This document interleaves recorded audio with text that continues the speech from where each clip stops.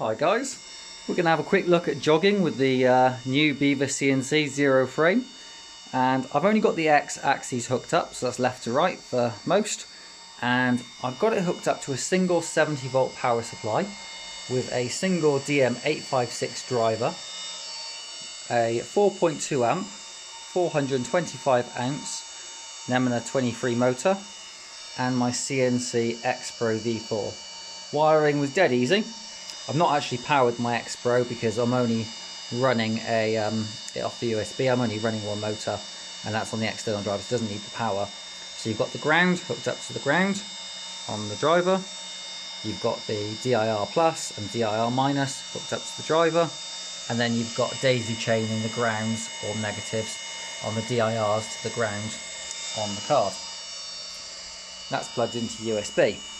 Now, I just want to point out there's a 2.2 kilowatt water-cooled spindle fitted here.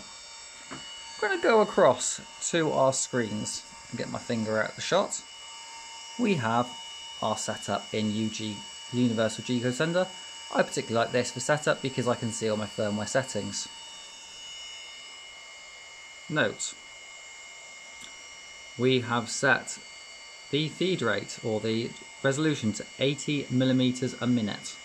Not 80 millimeters a minute, 80 millimeters. So that's, I think, 1/4 steps. I have set the maximum X-axis rate of 30,000 millimeters a minute, and the acceleration to 400. Just to put it out there, that's fast. I'll just save that off.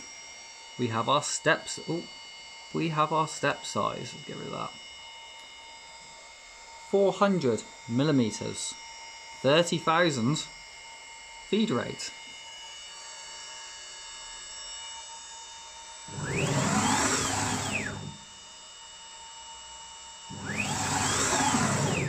Crikey, that's interesting.